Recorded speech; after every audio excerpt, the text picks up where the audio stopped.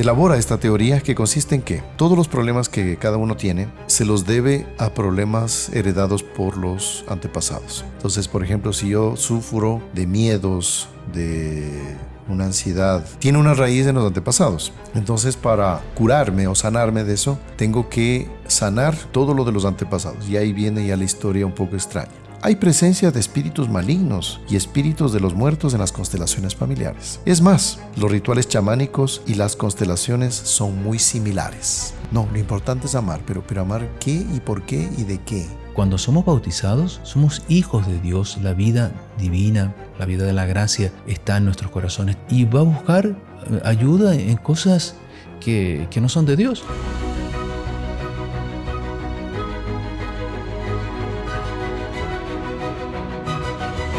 Queridos amigos, Salve María, bienvenidos al podcast de los Heraldos. Tenemos un tema también polémico sobre algo que en algunos lugares está siendo más divulgado, más difundido, en otros no tanto. Por eso es que para algunos de ustedes esto va a ser materia ya conocida. Hay artículos ya en las que se menciona esto, pero para otros va a ser enteramente nuevo. Vamos a tratar de satisfacer a los dos públicos para que puedan darse cuenta de este peligro. Para ello contamos aquí con la presencia del Padre Ricardo Juque, quien nos va a ayudar en este podcast. Bienvenido, Padre Ricardo. Salve María, Padre Mauricio. Muchas gracias por su invitación. Y bueno, aquí en la medida en que podamos, vamos a ir transmitiendo algunas verdades de la fe para que las personas se sientan, fortalecidas en sus convicciones cristianas. Muy bien. Entonces, para ello vamos a pedir la bendición de Dios a través de la Santísima Virgen. Nos encomendamos a ella. En el nombre del Padre, y del Hijo, y del Espíritu Santo. Amén. Dios te salve María, llena eres de gracia, el Señor es contigo.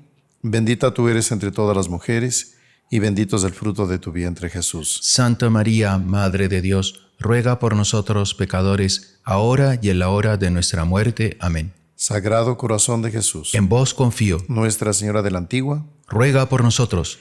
San José, ruega por nosotros. Santos ángeles custodios, rogad por nosotros. En el nombre del Padre, y del Hijo, y del Espíritu Santo. Amén. Muy bien, Padre Ricardo, solo como introducción antes de comenzar, me llamó la atención ayer, vi un video que me mandó un hermano de una conferencia en un ambiente católico. Era la facultad de la Universidad, una facultad de la Universidad Católica en Fortaleza, en Brasil. Uh-huh. Y un expositor que habló cosas realmente, o sea, católico era solo el letrero que tenía abajo, ¿no? Sí. Pero una cosa que me llamó mucho la atención, entre las barbaridades que decía este hombre, no recuerdo el nombre de este individuo, y no recuerdo si era sacerdote, ¿eh? Bueno, eso ya lo vi solo en la parte de su exposición, no lo vi en la presentación. Pero delante de un auditorio pues de universitarios, ¿no? Una universidad católica en Fortaleza, bueno. Y de repente este hombre se empezó a quejar de que había demasiada devoción a San Miguel Arcángel. No sé si usted vio eso. Sí, lo vi.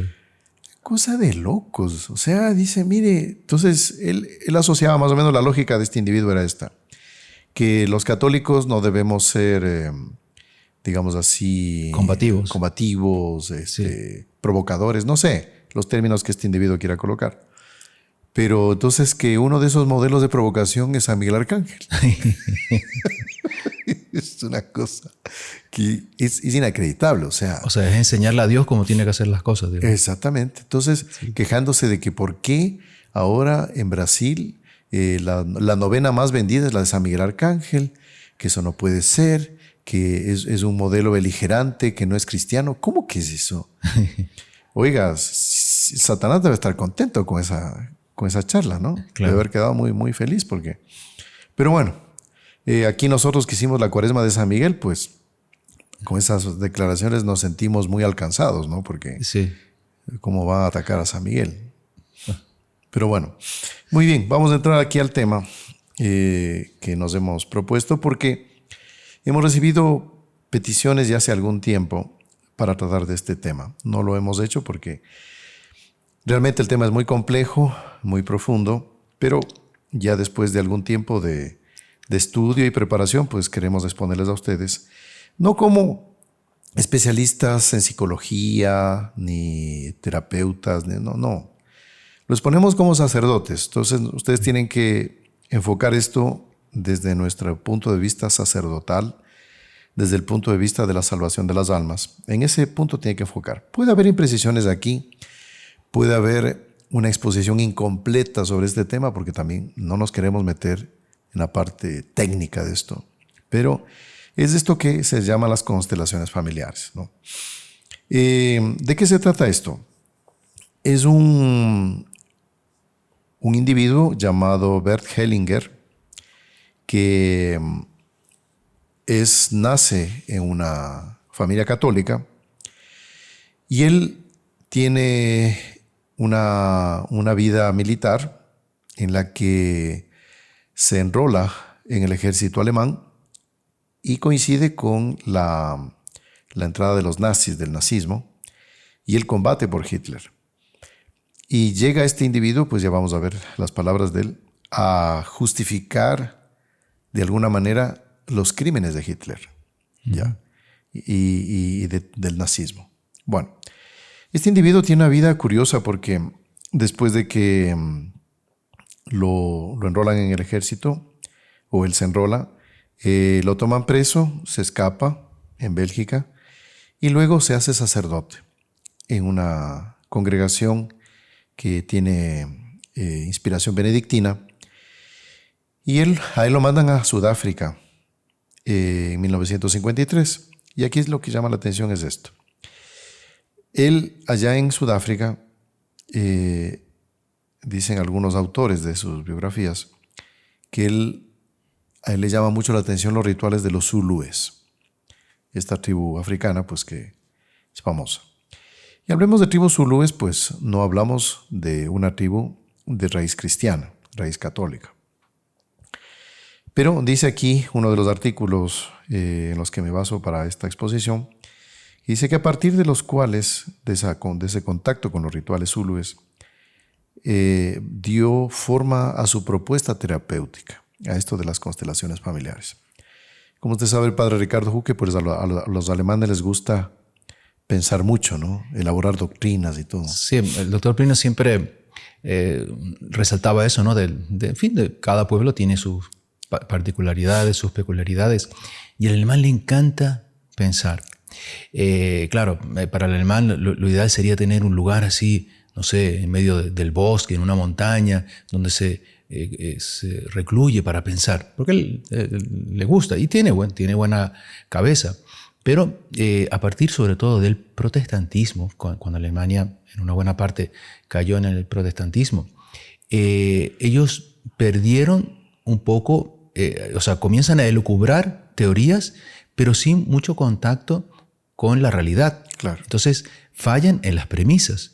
Muchas veces, claro, el desarrollo lógico está bien, pero las premisas fallaron. Y si usted comienza a sacar conclusiones de premisas que no están bien enriquecidas, claro, se da un porrazo, como dicen los españoles, bastante grande. Claro.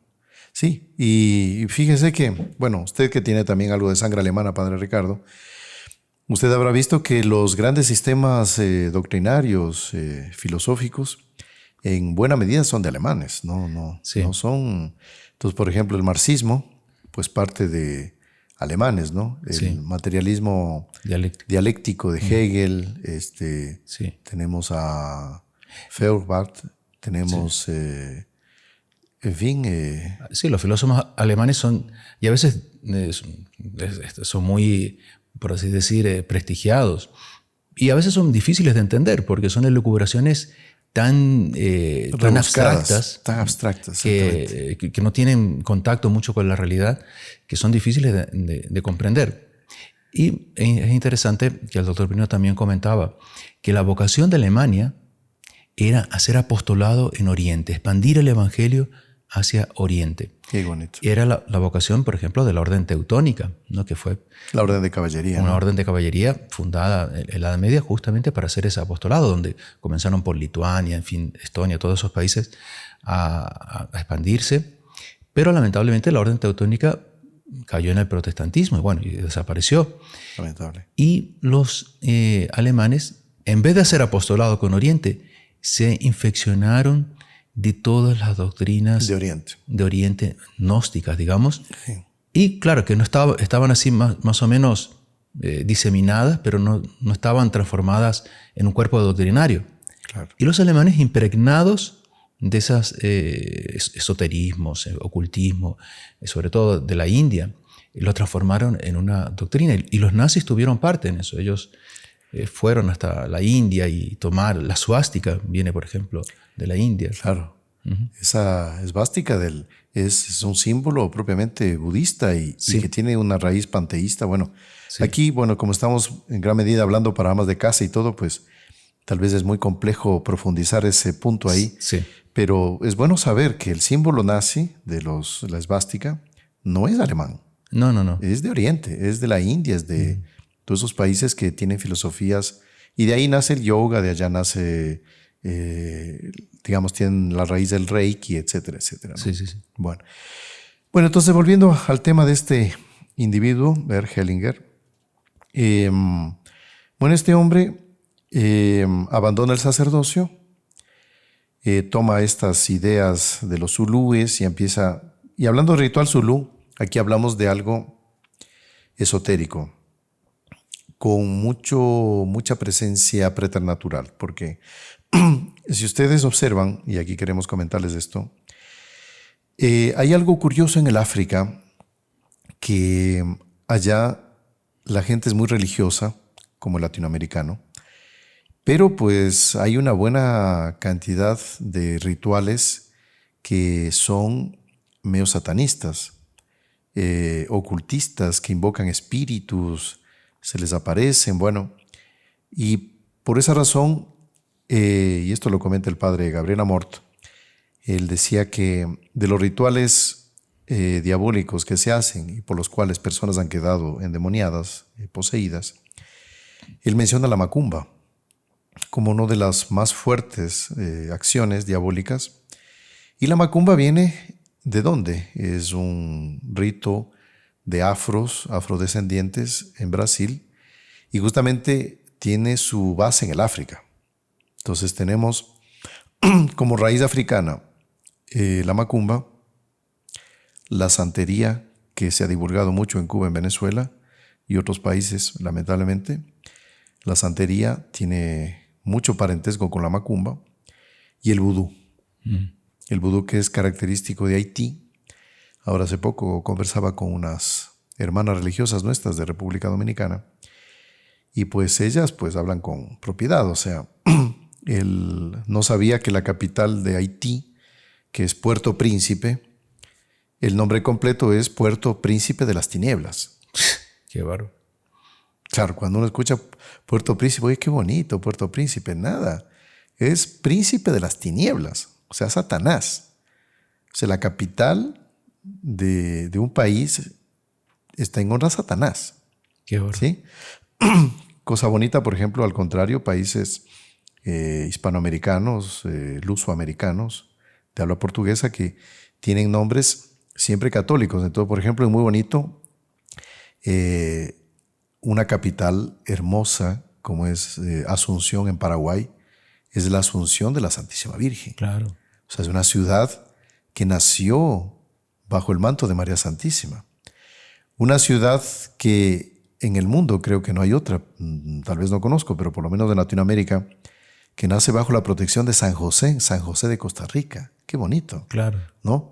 Entonces así tenemos nombres, ¿no? Santa Fe de Bogotá, tenemos San Francisco de Quito, tenemos Santiago de Chile, ¿no? Entonces nacen con nombres católicos. Pero en este país, en Haití, es Puerto Príncipe de las Tinieblas. Y bueno, ya sabemos que Haití ha sufrido no sé cuántos terremotos, muertes, saqueos, vandalismos, caos político. Por algo será. Sí. Recemos por ellos, pidamos por ellos. Es nuestra obligación, porque también ahí hay católicos, los queremos mucho como hermanos de la fe, pero tenemos que derrotar a las tinieblas, ¿no? Y bueno, entonces estas raíces afro que tienen estos rituales son muy fuertes, sumamente fuertes. Y también sabemos, y esto dicho por algunos autores, entre ellos una que se llama, una brasileña, Ana María Baiana, que la música rock también tiene raíz africana. Nació, digamos así, hay una base africana para desarrollar el rock and roll. Bueno, sería una larga historia, a pesar de que ya lo expusimos en un podcast, si quieren revisarlo, que se titula Mensajes Subliminales. Ahí está expuesto, y también otro que se llama El Poder de la Música, si quieren profundizar esa parte. Bueno, entonces este Gert Bellinger, a ver, disculpe padre Ricardo, que yo no sé hablar alemán como usted. Bert Hellinger, él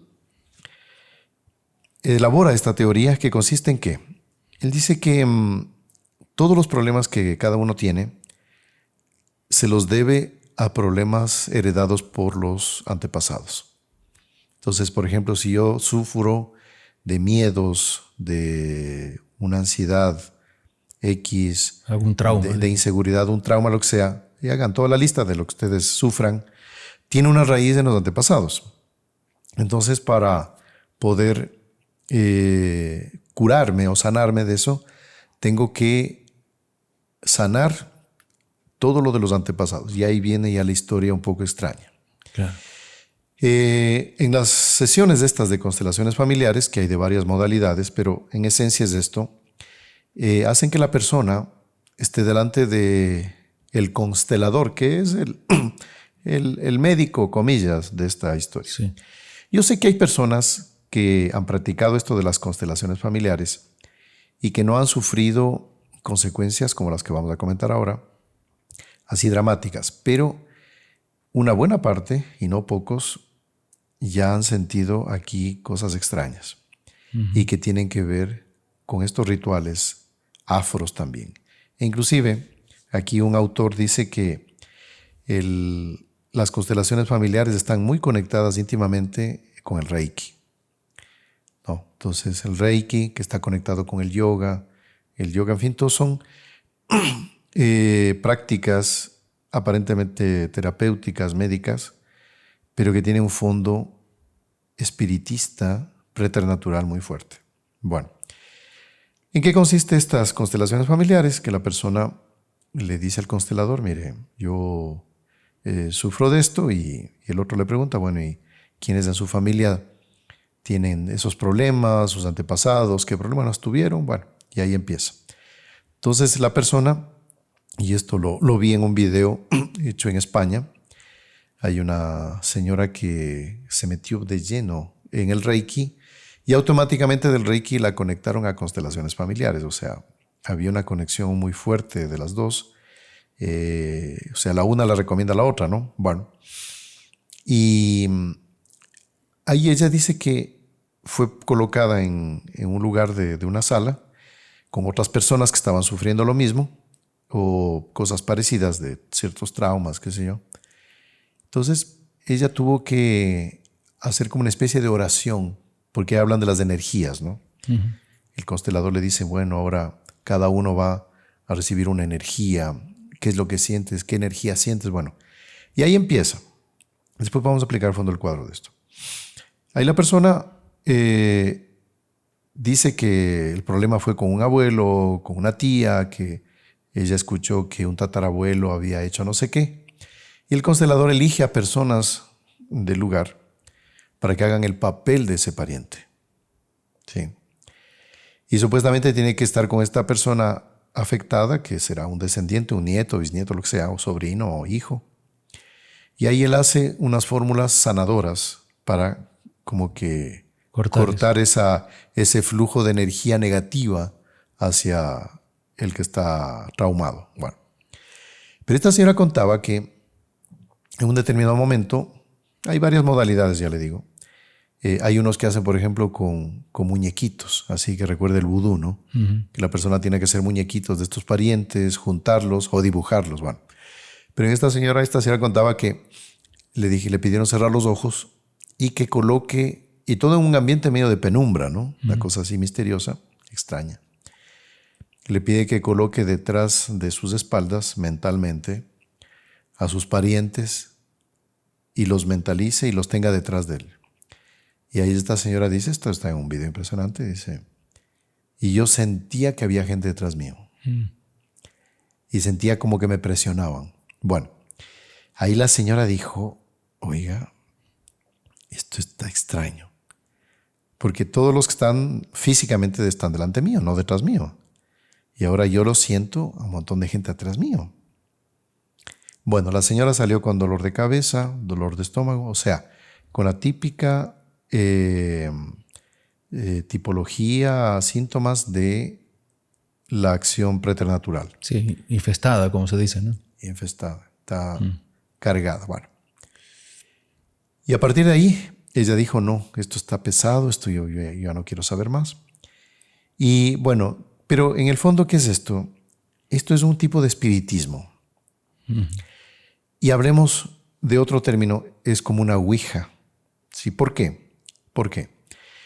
Porque, ¿qué es el espiritismo? El espiritismo, ustedes saben, fue fundado por un individuo llamado Allan Kardec, que él decía que los espíritus existen, claro, a veces existen, pero hay que invocarlos, a los espíritus buenos supuestamente, pero en medio de eso aparece de todo.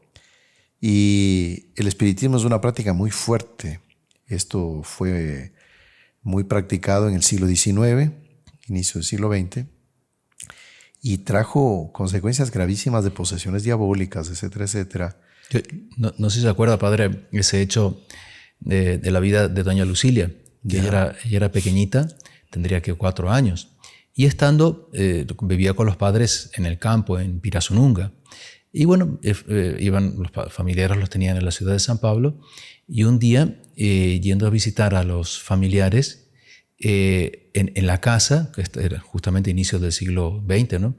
Estaba de moda el espiritismo, en la casa se habían reunido algunos familiares con una especie de medium para invocar a los espíritus, ¿no? Y doña Lucilia era niña, estaba caminando por ahí y de repente el medium se traba, digamos, claro, y dice, tiren, y aparece, se escucha una voz ronca, ¿no? Tiren a Bobiña. Sáquenla. Saquen la bobita de Lucilia de aquí. Porque la inocencia de esa niña trababa la manifestación de los espíritus. La manifestación espiritista. Sí. Entonces ahí nos damos cuenta que eso es pésimo. Claro. El propio medium declaró que no podía conectarse, sí, porque estaba una inocente ahí, una niña que era doña Lucilia. Sí. Súper bonito. Y esto me recuerda también un hecho, tiene que ver, ¿no? Para ver cómo también el demonio se muestra como muy fuerte. Con estas cosas se muestra así como, a ver, ponte al frente mío, ya vas a ver, te voy a atropellar y vas a ver si, pobre de ti, si te me opones. No es así. Esto me lo contó el chofer de una casa religiosa de unos hermanos nuestros, ¿no? Que él estaba haciendo las labores, ¿no?, cotidianas, me iba con él y todo. Este señor, ahí conversamos así, joven, estaba recién casado. Me dijo, mire, padre, ¿sabe qué es lo que me pasó? Esto fue en cerca de Sao Paulo, ¿no? Hace algunos años, que me contó.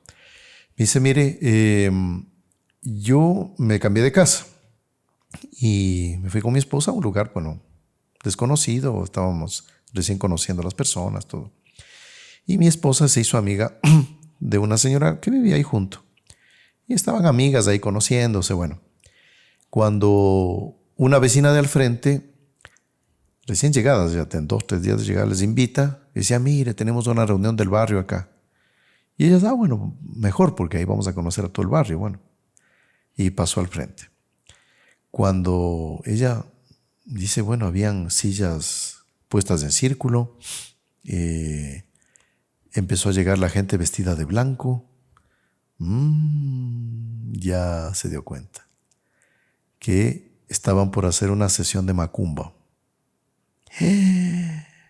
Y ahora, ya cuando quiso ella salirse, ya era tarde. Llegó el macumbero, se pusieron de pie y él les dijo a todas las señoras que se tomen de las manos para hacer contacto, ¿no? No sé qué términos usan, pero... Y ahí ella dice, ¿y ahora qué hago? Porque quedaba mal ella salirse con la amiga recién conociéndose de la vecina del frente, que no sabía que era macumbera. Entonces ella con la amiga estaban nerviosísimas. Pero claro, habían, dice, unas 20, 25 personas. Entonces, bueno, el macumbero empezó ya su ritual y esta señora se acordó porque su esposo trabajaba con nosotros de que había que tener devoción a la Virgen, había que rezar. Y ella recién estaba conociendo un poco más lo del rosario, todo eso.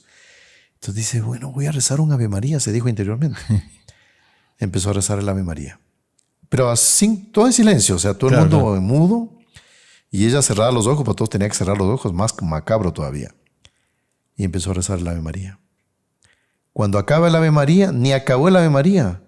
El macumbero dice, estoy sintiendo que hay gente aquí que no quiere estar aquí. Así que las que no quieran estar aquí se van ahora. Y varias se salieron.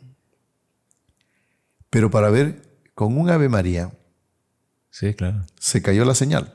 Sí, sí, sí. Con el demonio, claro. Sí, fenómeno. Entonces, bueno, en este tema, volviendo a esto de las constelaciones familiares, entra mucho de espiritismo y también de Ouija, porque en la Ouija también invocan espíritus.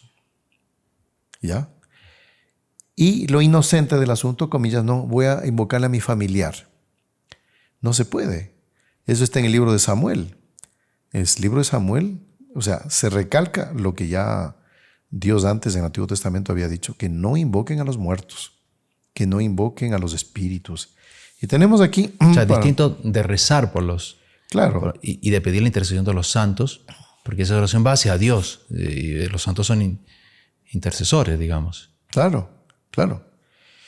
Pero claro, me parece interesante, padre, diferenciar que una cosa es pedir la intercesión de los santos o de las almas que fallecieron, pero que presumiblemente están en el cielo o están en el purgatorio y estamos rezando por ellos, digamos, que es distinto eso de esta invocación en donde se busca una energía, ¿no?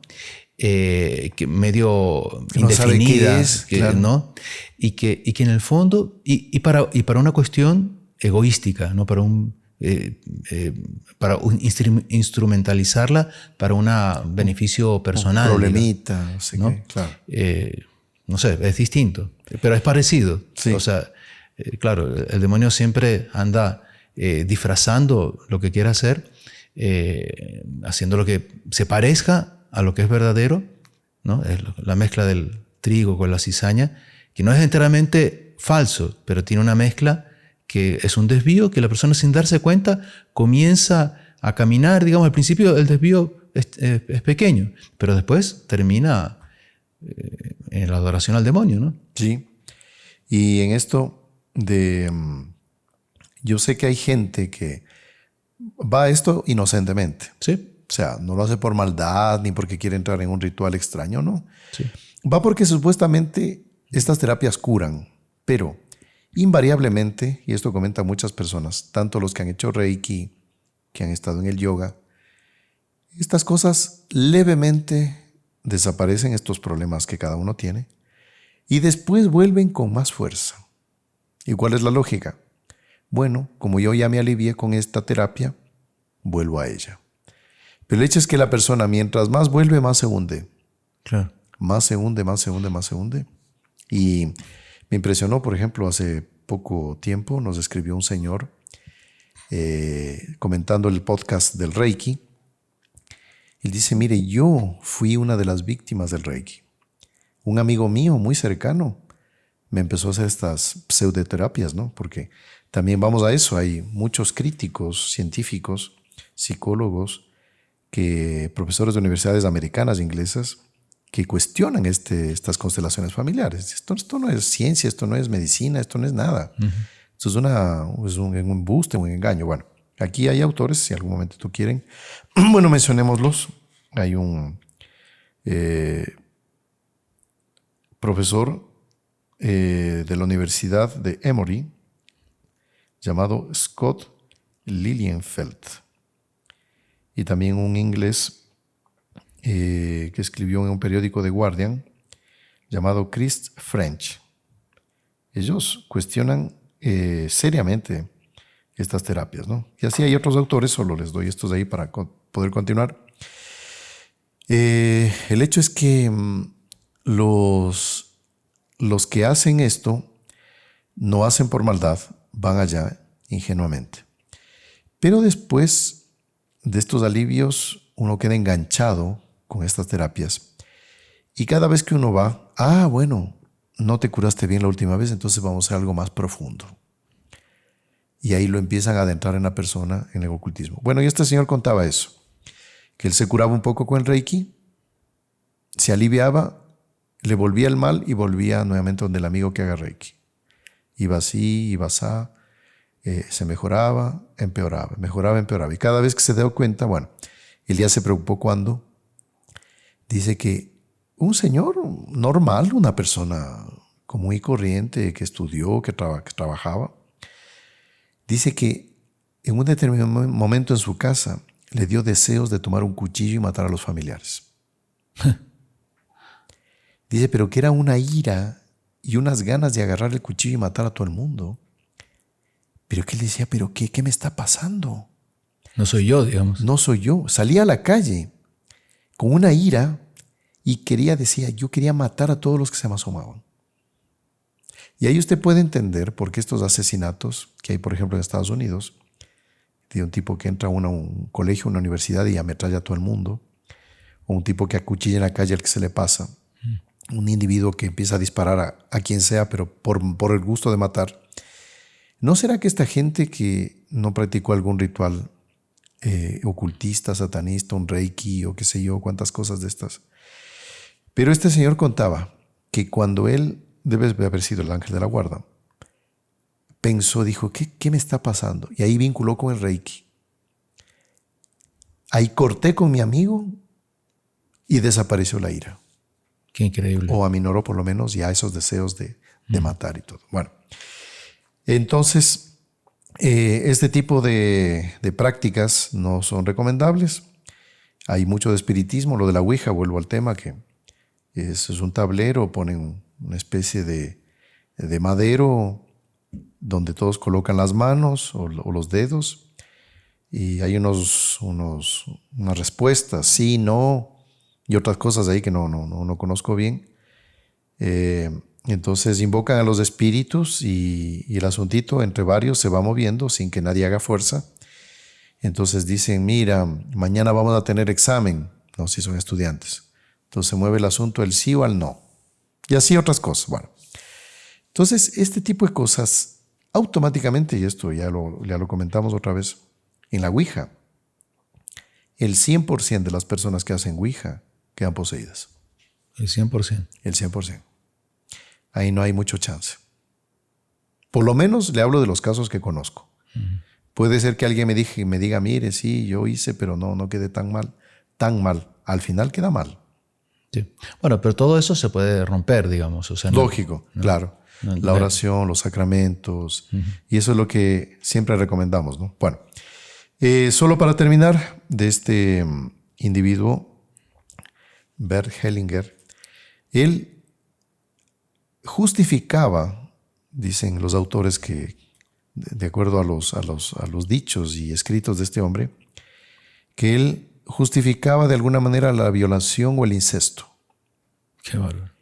¿Por qué? Porque según las constelaciones familiares siempre la culpa es de los antepasados. Yo no tengo culpa. Yo cargo la culpa, pero las culpas de los de allá. ¿Sí me entiende? Es interesante, padre, que en el libro del doctor Plinio Corrado de Oliveira, Revolución y Contrarrevolución, él muestra cómo la revolución, es decir, la revolución, él lo entendía como ese proceso de 5 siglos, ¿no?, para destruir la civilización cristiana que comenzó, bueno, él hablaba de las 5 revoluciones: protestantismo, revolución francesa, comunismo, revolución tribalista, hippie, ¿no? Y después, bueno, hasta satanismo, ¿no? Y él decía que ellos niegan el pecado y la redención. No sé si me permite. Sí, claro. Sí, óptimo. es interesante. Sí, este movimiento que estamos viviendo, cultural, ideológico, Sí. tiene esta raíz que quieren negar el pecado. El Claro. pecado no existe. Sí. Bueno, él también comentaba, ¿no?, que todas las herejías, la matriz, digamos, el humus de la revolución es gnóstica e igualitaria. O sea, gnóstica es el panteísmo. Hablemos del panteísmo, yoga, budismo, etcétera. Igualitaria, es decir, quiere negar la superioridad de Dios, las jerarquías, etc. Sí. Y entonces ahí decía, la revolución, el pecado y la redención, la utopía revolucionaria. La revolución es como vimos, hija del pecado. Pero si lo reconociese, se desenmascararía y se volvería contra su propia causa, ¿no? Así se explica por qué la revolución tiende no solo a pasar en silencio la raíz del pecado de la cual brotó, sino también a negar la propia noción de pecado. Negación radical que incluye tanto la culpa original cuanto la actual, ¿no? Y se efectúa principalmente, bueno, ahí lo va explicando con más detalle, pero claro, es evidente que las personas, si descienden, digamos, de una persona virtuosa, hay una cierta hereditariedad. O sea, por ejemplo, si vemos un músico como, no sé, Mozart, el padre de él también fue músico. Entonces, Leopoldo, hay una transmisión, una familia que es ordenada, que hace un pecunio, etc. Bueno, los hijos lo heredan, ¿no?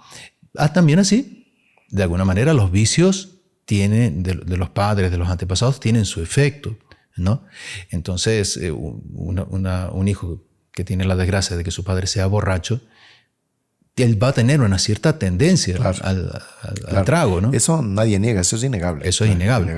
Pero no hay un determinismo. ¿Por qué? Porque, claro, la persona bautizada, en fin, recibe la gracia para combatir los defectos. Bueno, si profundizamos, todos venimos de Adán y Eva y bueno, y ellos pecaron. Y al final todos le echamos la culpa a ellos y nosotros estamos justificados. Exactamente. Yo soy así por ellos y sigo tocando mi vida de pecado, ¿no? Pues. Entonces existe el pecado original, existe el pecado actual, pero la gracia divina, la persona esforzándose, rezando, puede vencer. Exactamente. Así que no podemos. Y fíjese que Bert Hellinger llega a decir esta frase de Hitler. Fíjese, dice Hitler. Se refiere a él, no, Hitler. Alguna gente te considera inhumano y le trata como de amigo, de tú a tú, ¿no? Uh-huh. Alguna gente te considera inhumano, como si alguien siquiera mereciera tal calificación. Yo te miro así como me miro a mí mismo, a saber, como un ser humano, con un padre y una madre y con una fe extraordinaria. Qué bárbaro. Así lo veía. Entonces, claro, Hitler no tiene la culpa.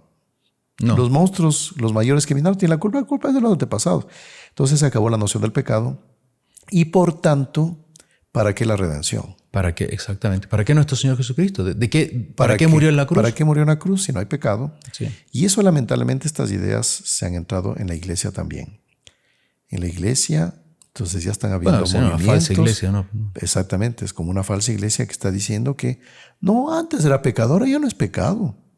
Todos somos hijos de Dios. Uh-huh. Lo único que que debemos de ver es el amor. Amar. Donde hay amor, no hay pecado. Sí, pero amar, ¿qué significa? ¿Amor de qué? Y yo puedo amar el robo, me gusta, entonces estoy justificado. No, lo importante es amar, pero amar qué y por qué y de qué. Ese es el problema. El que me ama cumple mis mandamientos, dice nuestro Jesucristo, en la Escritura. Ese es el amor de Dios, verdadero. El que me ama cumple mis mandamientos. Entonces, no. Todos somos hijos de Dios. Hay que aceptarlos como ellos son, como tú eres. Dios te acepta como tú eres. No están así. No están así. Bueno, esto sería otro tema ahí para profundizar, pero... Padre, no sé si usted contó cómo... O sea, porque claro, él fue como religioso a África, pero parece que después... No, después se unió maritalmente a una ex monja. Fue en África. El mismo pecado de Lutero, uh-huh. ¿No? Un ex sacerdote con una ex monja. No tuvieron hijos, ahí la una esta primera mujer se quedó en el camino, no sé cómo, y ahí vino otra. Y bueno, una vida totalmente... Pero abandonó el sacerdocio, claro. Abandonó el sacerdocio, lógicamente, ¿no? Eso. Él quedó... Y bueno, solo para que ilustrar un poco lo que el padre Ricardo Juque dijo de que no hay un determinismo en que ya, mis antepasados son así, yo estoy frito. No, no es así. Aquí tenemos un texto del profeta Isaías en la Sagrada Escritura que dice: no se acuerden de las cosas pasadas, no traigan a la memoria las cosas antiguas. He aquí que yo hago cosas nuevas, pronto saldrá la luz, pronto saldrá a luz. No la conoceréis, otra vez abriré camino en el desierto y ríos en la soledad. Entonces, como diciendo, mire, está bien, yo nací ahí, estoy ahí, pero ahora yo voy a hacer un camino nuevo, voy a buscar la gracia de Dios. Y a eso vamos. Las personas, con esto concluimos, buscan la solución de sus problemas. Pero queremos la solución a los problemas de forma fácil. Una reunioncita, un diálogo y todo va bien y salió curado. No es así. Las soluciones de los problemas son en general duros. Entonces es a base de muchas lágrimas, de mucho sacrificio. Pero lo de Dios es duradero. Y de mucha confianza, Padre. Exacto. Porque nosotros, claro, somos simples criaturas, pero cuando somos bautizados, somos hijos de Dios. La vida divina, la vida de la gracia está en nuestros corazones. Tenemos, nuestro Señor Jesucristo pasa a ser nuestro hermano. ¿Por qué? Porque nuestro amigo nos fortalece con la Eucaristía. Tenemos a la Virgen medianera de todas las gracias, los santos, los ángeles. Entonces tenemos una fuerza que es como la persona que tiene elementos preciosos para ayudarse y va a buscar ayuda en cosas que no son de Dios. Es absurdo. ¿Cuántos testimonios hemos recibido a través del canal de personas que han dicho, mire, hemos tenido problemas terribles, pero empecé a rezar el rosario, ahí recuperé la paz, cómo la Santísima Virgen me ayudó, San Miguel Arcángel cómo me amparó? Es impresionante la protección, por ejemplo, de la señora doña Lucilia, que hay un montón de gente escribiéndonos favores, milagros está recibiendo, ayudas de ella. Es impresionante. Entonces, nosotros sí tenemos a quién recurrir y cómo aliviar nuestros problemas y solucionarlos. Sí. ¿No?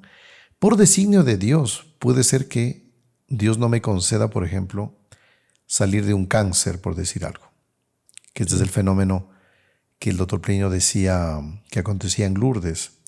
En Lourdes, en este santuario tan maravilloso, él decía, del 100% de los que visitan Lourdes, ¿cuáles son los que se curan milagrosamente? Y dice, tal vez del 1%. ¿Pero por qué tanta gente sigue yendo a Lourdes? Dice, porque el mayor milagro de Lourdes no es la curación, que sí las hay, de tal y cual problema cual fue. Dice, el mayor milagro es que la gente sale de allá resignada y sale con mucha paz. Y enfrenta su situación con una esperanza, con una confianza, con una serenidad impresionante. Claro. Ese es el mayor milagro, ¿no? Que Dios nos ayuda, nos protege. Pero claro, el sufrimiento no va a dejar de existir. No va a existir. Forma parte. Hay gente, por ejemplo, a veces, personas que pues, por falta de conocimiento en la fe, falta de formación, entonces se queja. Yo le recé a la Virgen para que mi mamá no muera y se murió. ¿Qué edad tenía la señora? 95 años. Claro. Bueno, o sea... Sí, pues 95 años.